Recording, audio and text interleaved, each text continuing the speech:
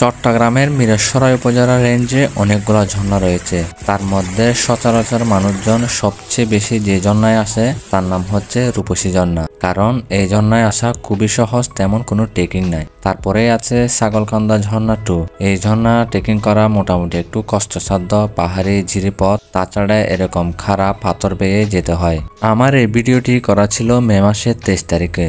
চট্টগ্রামে বেশ কয়েকদিন ধরে বৃষ্টি হচ্ছে, ভাবলাম ঝর্ণায় অনেক পানি হবে, কিন্তু আমরা এসে হতাশ, তেমন পানি ছিল না। তবুও এই দুইটি ঝর্ণা আমরা ট্রেকিং করে গেলাম। তো আপনারা যারা সামনে বর্ষার সিজনে মিরসরাই রেঞ্জের এই ঝর্ণাগুলা ট্রেকিং এর কথা চিন্তা ভাবনা করতেছেন, তারা আমার এই সম্পূর্ণ ভিডিওটা দেখলে আশা করি মোটামুটি একটা ধারণা পেয়ে যাবেন। তো চলুন আপনাদেরকে একেবারে আমাদের এই ভ্রমণ গল্পের শুরু থেকে শেয়ার করি।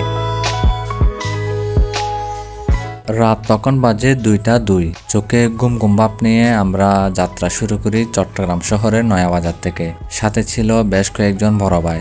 তো মোটামুটি চট্টগ্রাম শহর থেকে আমরা যানজট ঠেলে প্রথমে চলে আসি ভাটিয়ালির পরে একটা পেট্রোল পাম্পে গাড়িতে গ্যাস নেওয়ার জন্য।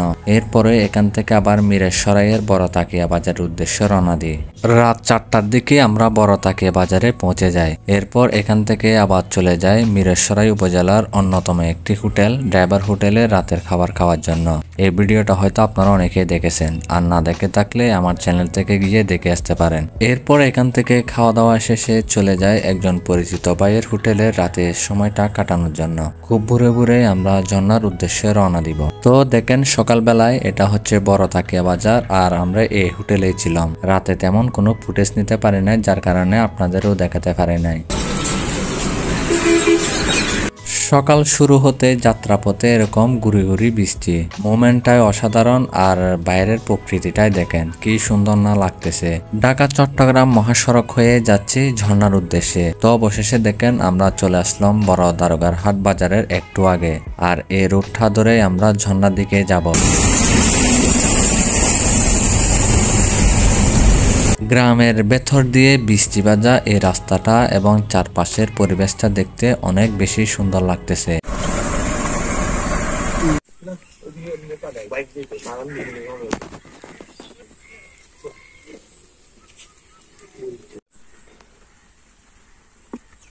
এখানে আপনার আর ওইরকম চলে না। এখানে ডেলি কিরকম আসে এমনি পর্যটক? পর্যটক শুক্রবার কেন্দ্রিক একটু বেশি আসে। শুক্রবারে?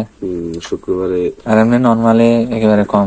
না, একেবারে কম না। এটা আস্তে আস্তে পপুলার হচ্ছে, আগে সে মানে তুলনামূলক ধীরে ধীরে বাড়তেছে, যেটা একটা সময় কেউ জানতো না। এখানে তো অনেকগুলো ঝর্ণা আছে। এখন সোশ্যাল মিডিয়ার কল্যাণে আপনার সবাই জানে। আপনার দোকানে তো ব্যাগ ট্যাগ রাখতে পারবে না, যে কেউ আসলে মনে করেন ব্যাগ জুতাও রাখতে পারবেন, দুপুরে খাবার ইচ্ছে থাকলে খাবারও খেতে পারবেন। দুপুরে খাবার ব্যবস্থা আছে না? সবসময় খোলা থাকে দোকান? হ্যাঁ, সবসময়। শুকনো মৌসুমে আর কি, শুষ্ক মৌসুমে আপনার বন্ধ থাকে।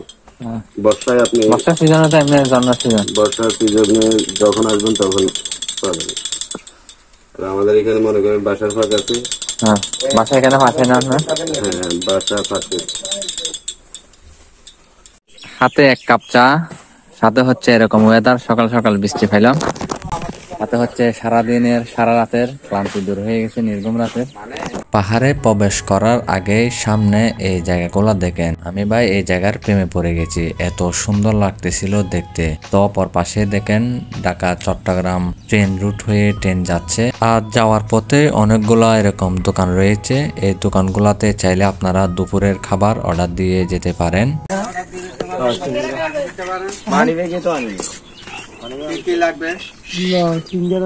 দুপুরে খাবার অর্ডার করা যায় না? খাবার অর্ডার করা যায়।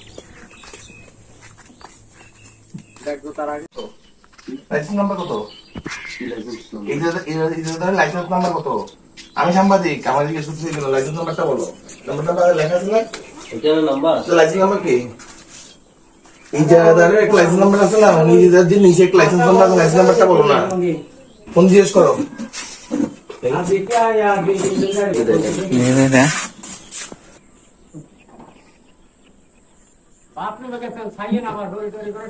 এই তেলে আমরা সবাই আজকে ফার্স্ট টাইম আসলাম, এর আগে আর আসা হয় না। তো আপনারা আগে যদি কেউ এসে থাকেন, এরকম প্রবেশ ফি দিচ্ছেন কিনা জনপ্রতি 20 টাকা করে কমেন্টে জানাবেন। এটা নাকি এখন নতুন চালু হয়েছে, 4 মাস হচ্ছে, আমাদের থেকে জনপ্রতি 20 টাকা করে নিয়েছে। তো আমরা একেবারে পাহাড়ের কাছে চলে আসি, আর এখান থেকে ঝর্ণার দিকে যাব। আমরা যে রুট হয়ে যাচ্ছি আপনারাও সেম রুটে চলে যাবেন রূপসী ঝর্ণা এবং ছাগলকান্দা ঝর্ণা 2 ভিজিট করার জন্য।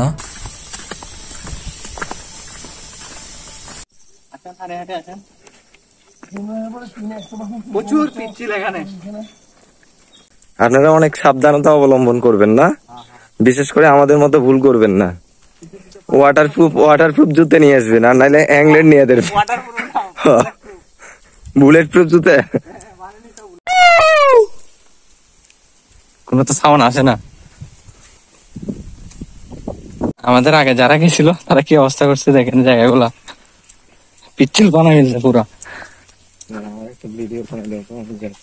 ওয়াও, রূপসী জন্য এসে দেখেন পানি তেমন নাই, একেবারে কম। আর এ সময়ও মানুষের কিন্তু অভাব নাই এখানে, কি পরিমাণ পর্যটক আসছে দেখুন। ফাইনালি আমরা উপরে উঠতেছি। আমরা যে আশা নিয়ে আসছিলাম, গত কয়েকদিন ধরে বৃষ্টি হয়েছিল, আমরা মনে করছিলাম এখানে পানি থাকবে আমাদের আশা অনুযায়ী, কিন্তু না, তেমন পানি নাই। তবু আসছি যখন, উপরে উঠে গিয়ে দেখি কি অবস্থা, কতটুকু এনজয় করতে পারি।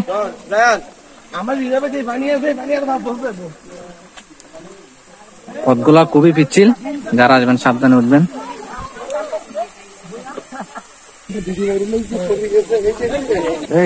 ঝর্ণার পাশ দিয়ে পাশে এরকম একটা পথ আছে, এটা ধরে আপনারা আস্তে আস্তে হেঁটে উপরের দিকে উঠবেন। বৃষ্টি পড়ার কারণে পথটা খুবই পিচ্ছিল হয়ে গেছে, তো যারা আসবেন তারা সাবধানতা অবলম্বন করবেন। রাহেন ভাইয়ের জন্য কিন্তু রিস্ক আছে, দেখেন আপনি আস্তে আস্তে উঠিয়েন। ব্যাঙের মতো বেড়ে উঠতেছে।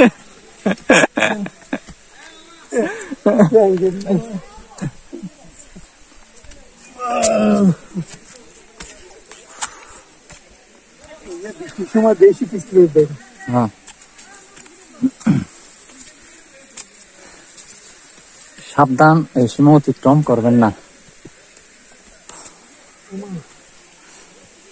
যারা পাহাড় ট্রেকিং এ অভ্যস্ত না কিন্তু ঝর্ণা ভালোবাসেন, তারা শুধু এই রূপসী ঝর্ণায় এসে ভিজিট করে চলে যায়। এরপর যারা একটু অ্যাডভেঞ্চার প্রিয়, একটু পাহাড় ট্রেকিং পছন্দ করে, তারা অন্যান্য ঝর্ণাগুলো ভিজিট করে দেখে। তো আমরাও যাচ্ছি ছাগলকান্দা ঝর্ণা 2 ভিজিট করার জন্য।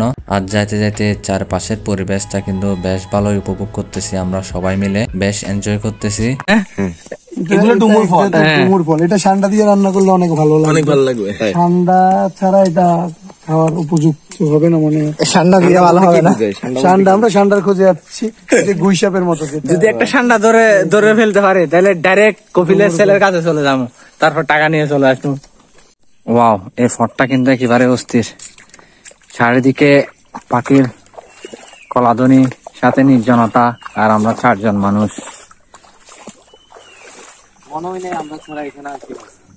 এটাই তো খুব সকাল ফিল করতেছে কি জানো, যে আমাজন জঙ্গলে আসলে রেন ফরেস্টের মতো মনে হচ্ছে এখানে, গাছ থেকে পানি পড়তেছে। অনেক ভিডিও বা বইতে দেখলাম, আসলেই এরকমটাই ফিল হচ্ছে। অস্থির কিন্তু জায়গাটা। তো ফাইনালি আমরা ছাগলকান্দা ঝর্ণা 2-র সামনে চলে আসি। এখানে এসেও হতাশ, পানি তেমন নাই, কিন্তু ওই যেটা বলতেছিলাম, আসল সৌন্দর্য হচ্ছে বর্ষার মৌসুমে।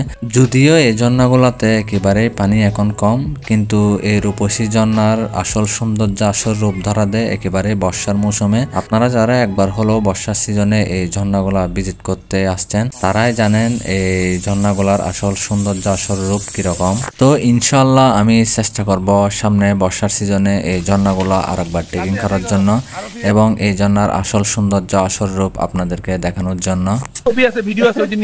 রায়ান, খুঁজি পাইছিস নাকি? ঠান্ডা না পেয়ে আমরা পেলাম ডান্ডা, আর তোমার 2টা আন্ডা। তো এই আর কি, আমরা 2টা ঝর্ণা ট্রেকিং শেষে মোটামুটি এখন বাসার উদ্দেশ্যে রওনা দিচ্ছি। আর এই ছিল আজকের ভিডিওগুলো আপনাদের থেকে কেমন লাগছে কমেন্টে মতামত জানাবেন। ভালো লাগলে লাইক, কমেন্ট, শেয়ার করে আমার ফেসবুক পেজ থেকে দেখলে ফেসবুক পেজে ফলো করে যুক্ত হয়ে যাবেন, এবং ইউটিউব চ্যানেল থেকে দেখলে চ্যানেলটি সাবস্ক্রাইব করে রাখবেন। আর একটা আপনারা যারা এই সময় জন্য আসতেছেন তাদের প্রতি আমার সাজেস্ট থাকবে, এই টাইমে জন্মায় না আসে, আরও কিছুদিন পরে আসেন যখন ভরা বর্ষার মৌসুম হবে, তখন বৃষ্টিপাত বেশি হলে জন্মাতে হানি বেশি থাকবে। তাই আর কি, সবাই ভালো থাকবেন, সুস্থ থাকবেন, দেখা হচ্ছে পরবর্তী ভিডিওতে। আল্লাহ হাফেজ।